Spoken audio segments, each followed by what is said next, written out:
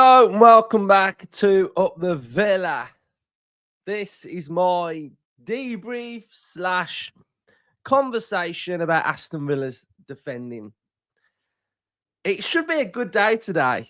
The darts are starting and I'm really excited for the darts. It all feels a bit Christmassy when the darts start and absolutely love it over that period.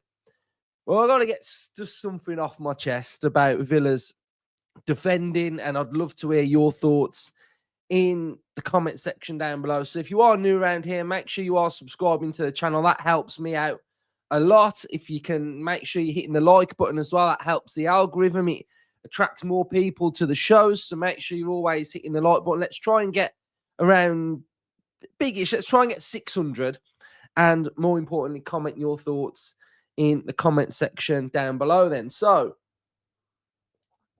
the performance yesterday was kind of pretty good in parts, and I know some people have been saying that it's slow, etc., and stuff like that. But that's fundamentally the way that we play. We want to control the game, which is a word that Unai uses. It's a word that Matty Cash has used. It's a word that describes Aston Villa's performances in a way that we have the ball. You'll see Diego Carlos with the ball at the back. We'll knock it left, knock it right, knock it left, knock it right, and we'll try and build. We'll try and go through the left. If we can't, then we'll go backwards. If we can find that pass into the midfield too, then we'll do it. We'll turn on transition. We'll find the forward players and Aston Villa away. In a nutshell, that is what we're trying to do. And what we're trying to do by doing that is by utilising the ball for ourselves and keeping the ball. If we have the ball, the opposition don't have the ball. And Emery's not the type of manager at Aston Villa that wants to relinquish possession quickly so it becomes a to and fro game of football. He doesn't want it to become very erratic. You'll see him on the sidelines doing this quite a lot. If ever we go through a period where we've attacked, they've attacked, we've attacked, they've attacked, he's calling for calm. He wants that ball back, and he wants that ball in our control. He wants that ball with our defenders so that we can work around the pitch to find the right opportunities and the right passes. He doesn't really want to waste possession. He wants to keep it for ourselves. So from my point of view, up until around the 80th minute mark, the game plan was working. Martinez had made that wonderful save. They'd not really had too much on our goal. We were pretty comfortable with the way that we were defending. We were defending pretty well. So if we'd have won that game 1-0, we would have come away and said that was a classic Unai Emery away performance. We got the goal. We defended well. We got the victory. Job done. But it wasn't to be because of our defending and the way in which we did crumble. And it was very, very disappointing from my point of view to see that happen to us when we were in a very good position going into the last 10 minutes of that game. And I think a culmination of things happened that led to that. But we were the architects of our own downfall in that game yesterday. Because what had happened was we'd had the let off from the VAR. We'd been let off with VAR. You know, whether it was probably the right decision, but the let off was there that Forest had scored. And I feel like when that had happened, we've got the opportunity ourselves as a team, as a squad, as a management, as a whole, as Aston Villa, we've got an opportunity there to sort of regroup and not allow it to come again, not allow it to happen again. And when you have a swing of momentum, that you can see the momentum at that time was swinging towards Nottingham Forest, what can we do to stop that momentum? What can we do to stop it? And we had the opportunity to stop the momentum, but we just didn't do it. We retreated and we just couldn't live with the sustained pressure that Nottingham Forest were putting on Aston Villa. Now that in my match reaction, have praised Forest. I've said fair play to them.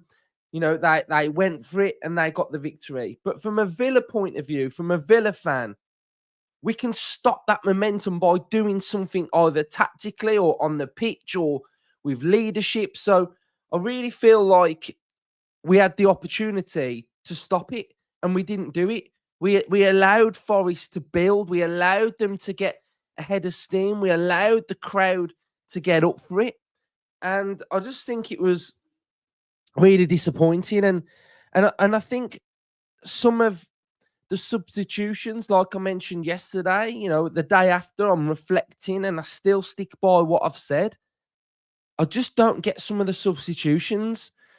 I understand that players may be tired and players may be leggy, but I think as you are edging towards the end of the game, some of them have to still stay on the pitch because they are sort of the key cogs to Villa's team. Kamara doesn't need to come off that pitch with 6 minutes to go.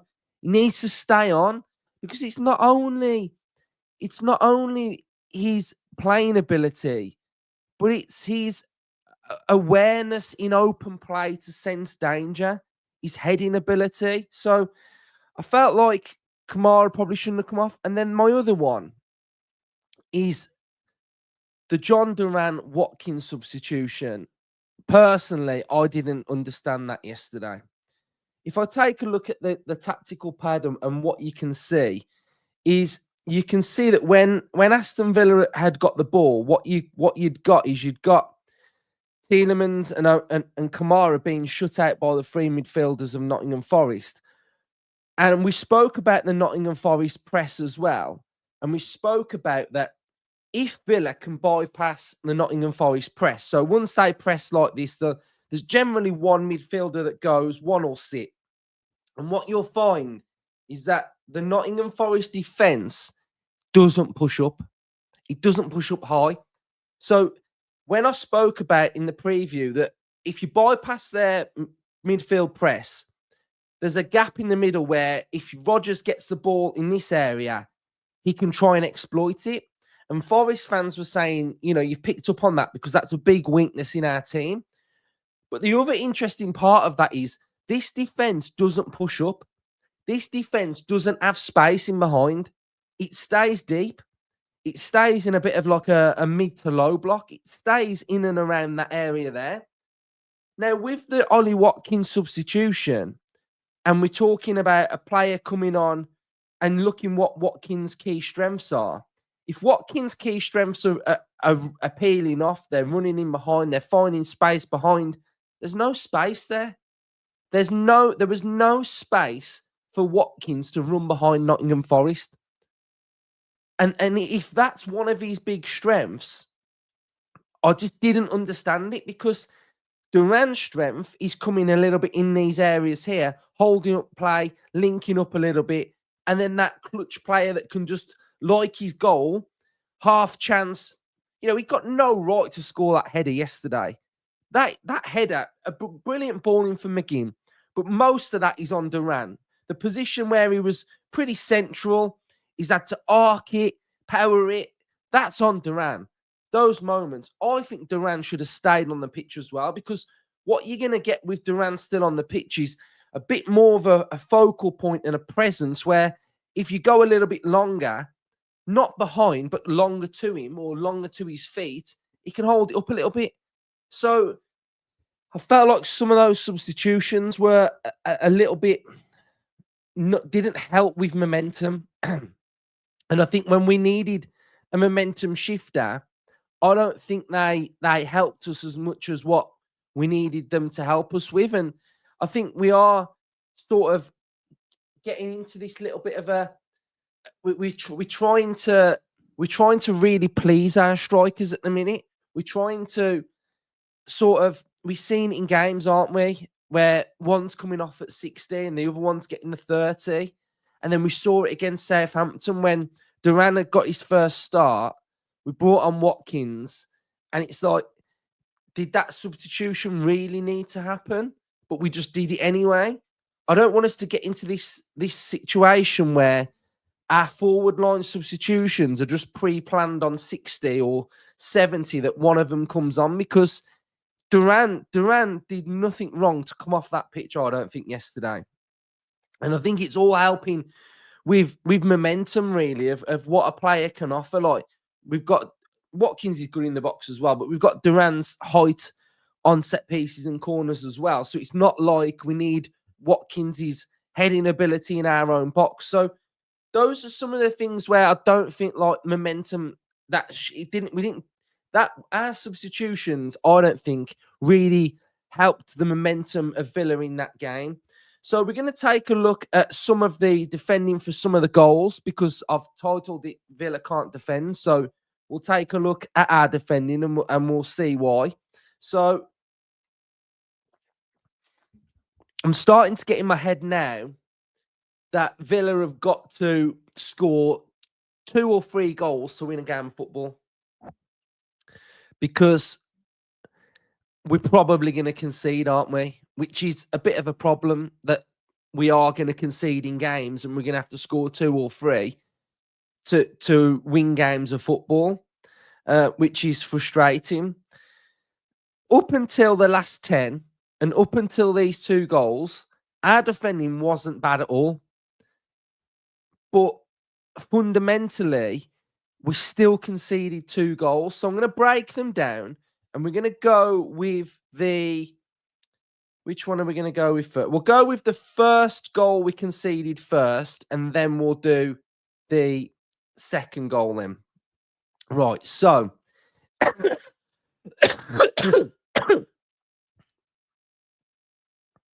right, so let's go. So here we can see first phase of the goal that we conceded. We defended pretty well. We were able to get the ball clear. So we cleared it in the first instance, which was good. We've got a lot of players at the front post, and we've got some at the back post, and we've been able to clear this. So fair play. So the ball has gone out to the edge of the box, and we've got, I think that's Jota. Is it Jota on the edge of the box? So Villa are rushing out. So we're trying to get out as quick as we can, and hopefully we can play someone offside if this ball goes in first time. The ball doesn't go in first time. So we've got a player that comes out to engage, and the Villa players are all on, and we're building towards to be on the 18-yard box line. That's the line that we want to be on. So the ball doesn't go into the box, but you can see that Villa were on the line. We were trying to get onto the 18-yard box line. Now, note Kamara. So Kamara is very, very important here. And Kamara is partially to blame for Villa conceding this goal, because not once does Kamara get goal side of the goal scorer. So here we're pretty fine, because we're in that line, aren't we? We're all in that line, and that's basically good defending from Villa, that we've been able to get out and we've been able to be on our line. Forest are keeping players beyond the line, and they are waiting to get onside when that ball looks like it's going to go into the box. Now, if Jota's gone wide and Kamara is still on the line. Now, Kamara's kind of ball watching here a little bit, I think. He's watching the ball, because if you look at the Villa defence, they're all in a line. So they've got the discipline to maintain, to be in the line. And Villa players have got to make sure, because we can see Rodgers as well, the other Villa players have got to make sure that they are on the same line, and that they are obviously making sure that they're playing players offside. But we can see Rodgers and we can see Kamara here, who are in a bit of a precarious position here, because they need to get in that line, and they also need to make sure that they are watching these 2 players, especially at the back post. Now, a really good ball is played into Gibbs-White.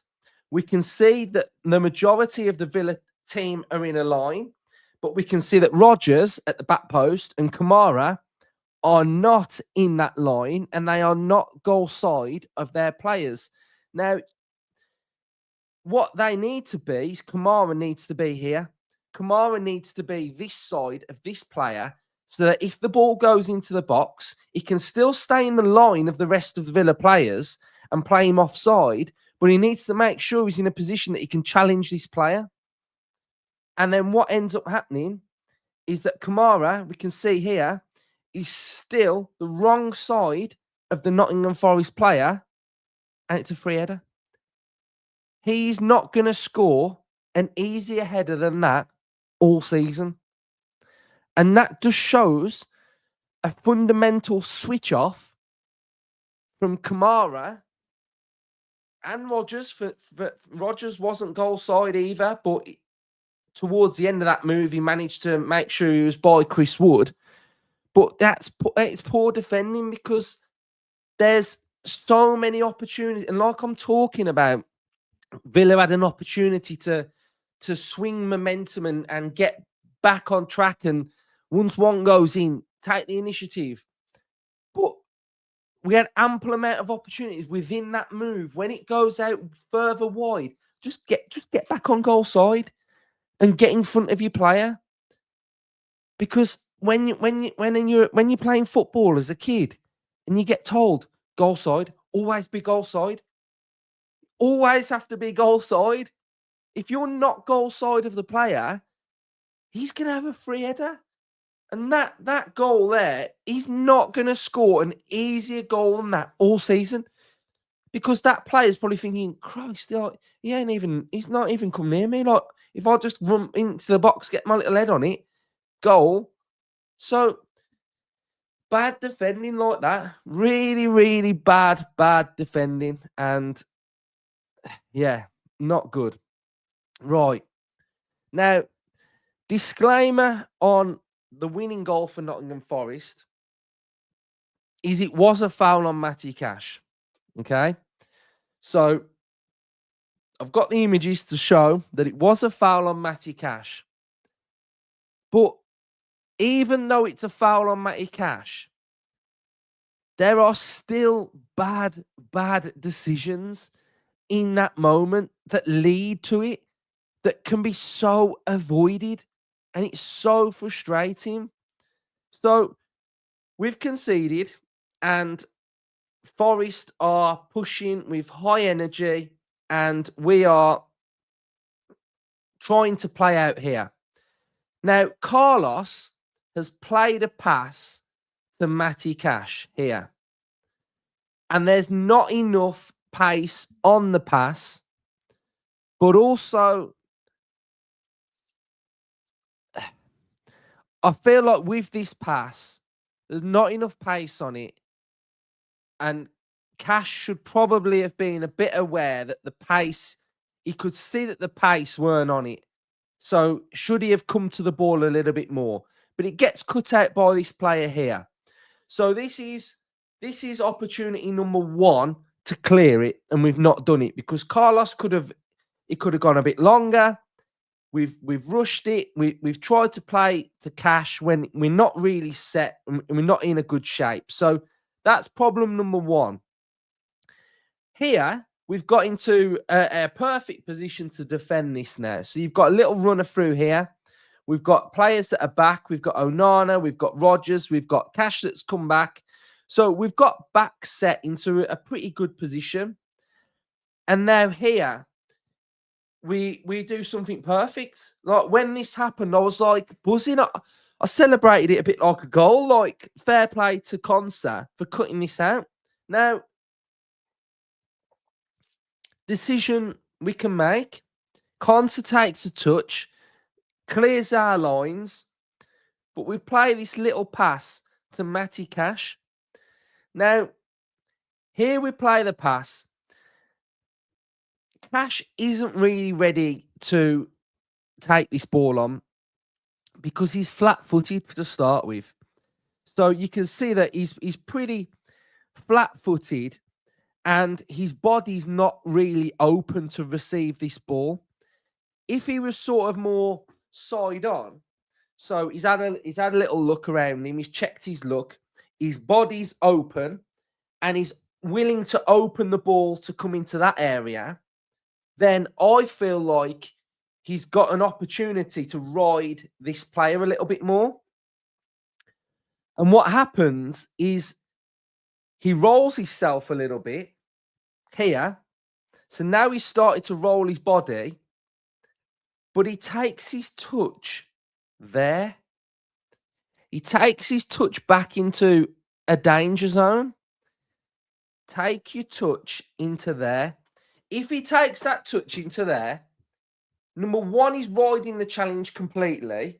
So Anderson has to challenge him from behind. But the fact that Cash takes that touch back into that area is a bit of a problem. Now, I know he's fouled, right? He's fouled in this area.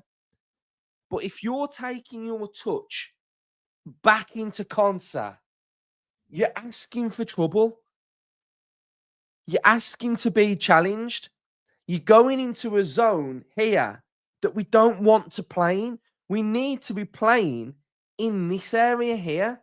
Because if he takes that touch into green grass, open space, then that challenge doesn't happen. So what ends up happening is you can see that Cash takes his touch here, where he needs to be taking it and rolling the body that way. We then get the challenge. So he's been manhandled by Anderson. Anderson has put his foot across the ball and stopped Cash from getting the ball completely. He has been fouled here, guys. He has been fouled. You can see here as well that he's still not touched the ball, Anderson. So, and Cash is fouled. But for me personally, if Cash takes that touch or just smacks it out of play, then who knows? But he's fouled and the ref didn't give it a penalty. We should have had a penalty. So fine margins in football. You know, two big calls have gone against us. But there are instances in goals that we've conceded that can be avoided. And I think they are avoidable. And when I was talking earlier about the Duran and the Watkins substitution, what I was trying to say is that you defend from the front, don't you?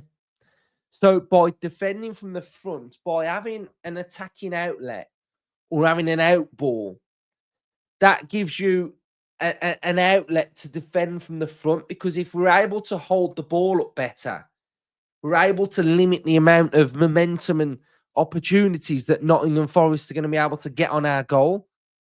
And it felt like as that game was edging towards Nottingham Forest, we had no attacking impetus about us. And I'm not hammering Watkins at all, but I think Duran suited us more. And I think when we were talking on the match preview, when we were talking about who should play in this game, it's not that Duran, just because he scored against Leipzig, needed to play at all. You look at the way Nottingham Forest defend, Duran is more suited to lead the line against that low block than what Watkins was. So I just think the substitutions they didn't help. And I just think with 8-10 minutes to go, you can play through that as a player. And we know how strong our double pivot is. And when we're saying that we're going to take that double pivot off during a game and end the game with a completely different midfield, it's not about that those players aren't good enough or those players aren't as good as Kamara and Tielemans. It's the fundamental factor that they are the functioning midfield within that game. They had control of that game as a two. And the problem is we've took them both off and we've lost. We've took Duran off and we've lost. So that's where I am with the substitutions a little bit. There is, and I'd love to get your thoughts on this, Villa fans, and I'd love to get your insight onto how you feel about it. And I don't want to be really negative. I've not come on today to just be negative and etc. I have come on to moan a little bit because I do like a little moan, but it's justified. I'm not just coming on here and hammering it and just not showing you anything that sort of tries to back up what I'm saying. I'm showing you the images. I'm analysing the goals. I'm thinking of scenarios of why we've not been able to see out that game. Emery spoke after the game. Now, last season, Emery was speaking about Aston Villa being in the mix with 7 teams. So those 7 teams were the top 6 normally. Newcastle and Villa vying to get into that top 7. And I understood it because he took pressure off us a little bit. And it worked, didn't it? But it's started to mention now the other teams that are doing well this season that are in the mix with us. And yeah, it's stating the obvious that Brentford and Brighton and Bournemouth and Fulham and Forest are in that mix with us. Because if you look at the table, it's like it's clear to see. But this is what he said. Let me know what you guys think. We are not being very consistent, but we are keeping our level. So what he's talking about is we're not consistent like last year. We're not sort of backing up wins. Well, we were consistent 2 games ago because we won 2 in a row and the European game. But we've lost a game. They, Forest, are a rival now, and Fulham and Brentford and Bournemouth. If we are with those teams fighting and playing against them, we are going to be in the top 8. We are not thinking about other teams.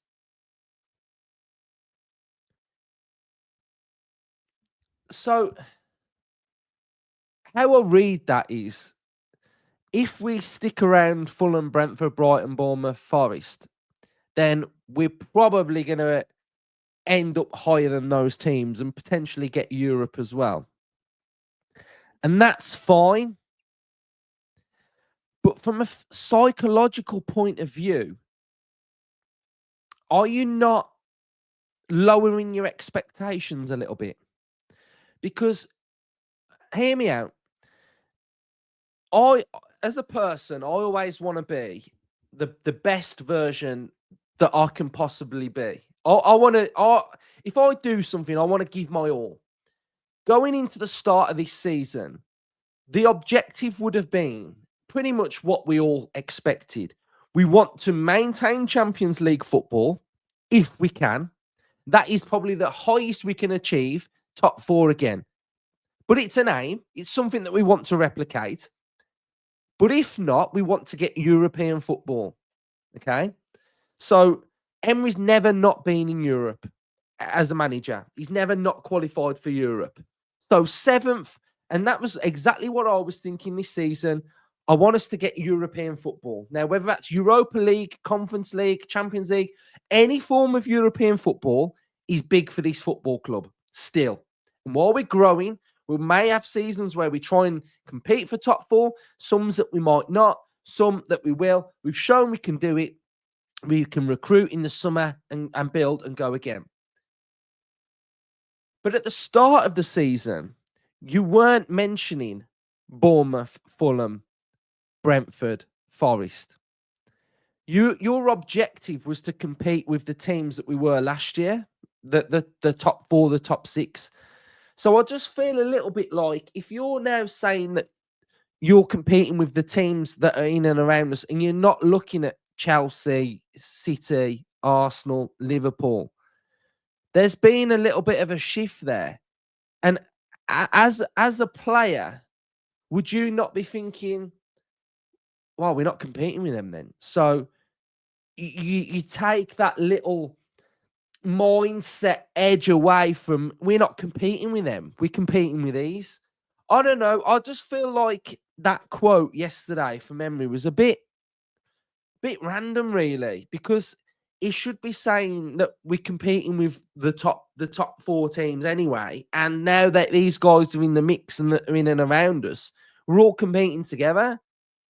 So I find it a little bit strange, really, that mindset has sort of shifted to the teams that are in and around us.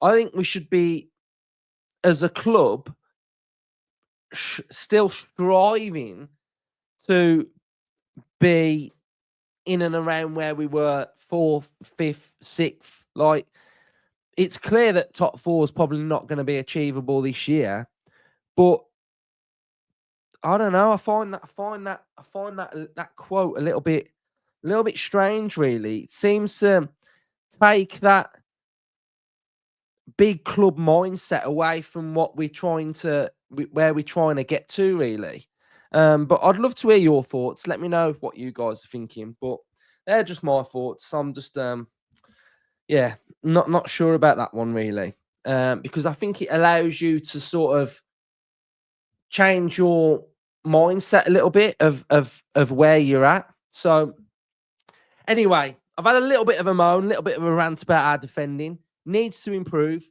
massively. I think Mings will help that. I think Mings probably would have helped the organisation a little bit anyway. So we've got Man City coming up next. So let's see what they do against Man United. And we'll be back in the week. We'll evaluate. We'll look forward to the game. So, yeah, all the best. Up the minute.